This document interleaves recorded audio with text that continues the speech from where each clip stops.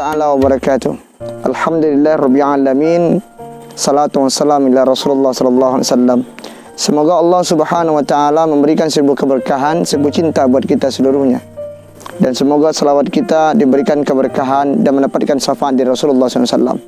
Sahabatku yang dirahmati Allah subhanahu wa ta'ala, pada bulan Ramadan yang penuh berkah ini, otomatis kita akan berbicara sedikit, berbincang-bincang mengenai Ramadan.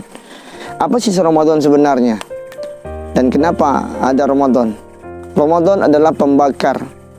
Makna pembakar yang dibakar adalah sifat egoisme kita. Sifat di mana kita yang tadinya memiliki sifat kehewanan, nafsu yang tinggi, dibakar seluruhnya. Makanya Allah subhanahu wa ta'ala menyatakan dalam firman, Ya ayyuhalladzina amanu kutiba alaikumusiyam kama kutiba alal ladzina min qablikum la'alakum tattaqun. Hai orang yang beriman. Pertanyaannya, kenapa sih orang yang beriman yang dipanggil? Karena hanya orang berimanlah yang bisa melaksanakan ibadah puasa Ramadan. Karena orang berimanlah sanggup menjalankan segala ujian, cobaan, bencana, apapun. Dia sanggup. Kenapa?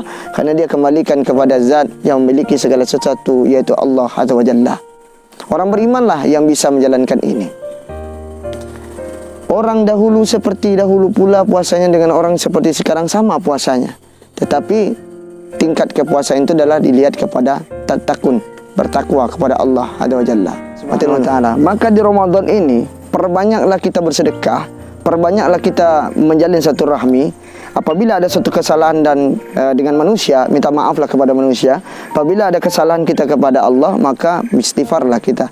Hendaknya kita perbanyak mengisi di Ramadan kita adalah mengisi malam-malam Lailatul Qadar kita nanti. Semoga malam Lailatul Qadar kita dapatin hendaknya. Dan perbanyaklah di malam itu qiyamul lail kita, baca kalam Allah, berzikir, berselawatan, membaca kitab-kitab yang sangat luar biasa yang bisa menuntun kita kepada kedekatan qaribun minallah, mendekatkan diri kita kepada Allah Subhanahu wa taala. Maka Ramadan tetap menjadikan dasar di mana kita diuji di saat ini. Berbeda dengan Ramadan dahulu dan berbeda dengan Ramadan sekarang. Ramadan dahulu kita masih bisa bersama salat tarawih, puasa bersama, berbuka bersama, dan juga melaksanakan dakwah bersama. Tetapi Ramadan hari ini Allah mengajarkan kita untuk menjadi hamba-hamba yang bisa benar-benar bisa menjadi imam di rumah tangga, dan benar-benar menjadi imam yang bertanggung jawab, dan benar-benar menjadi seorang anak yang bisa mengarahkan kepada kebaikan, dan menjadi istri yang santun kepada suami.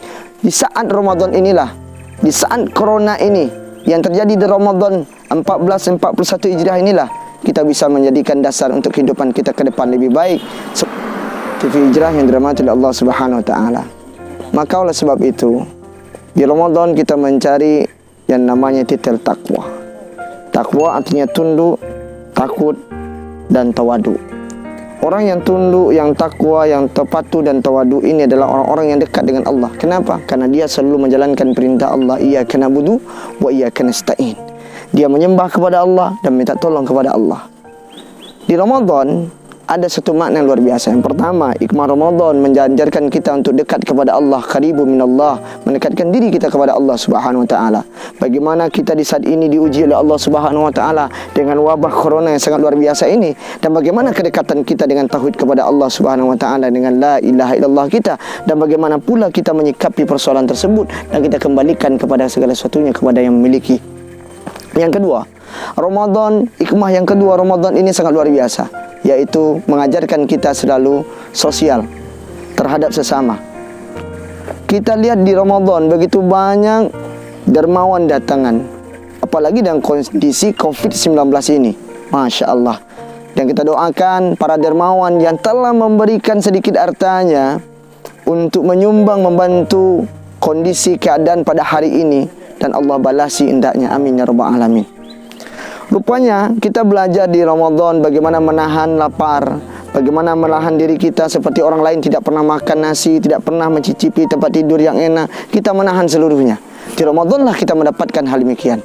Dan yang terakhir, Ramadan mengajarkan kita sehat jasmani dan rohani. Semoga jasmani rohani kita sehat di Ramadan, dan semoga kita semua mendapatkan keberkahan. Assalamualaikum warahmatullahi wabarakatuh.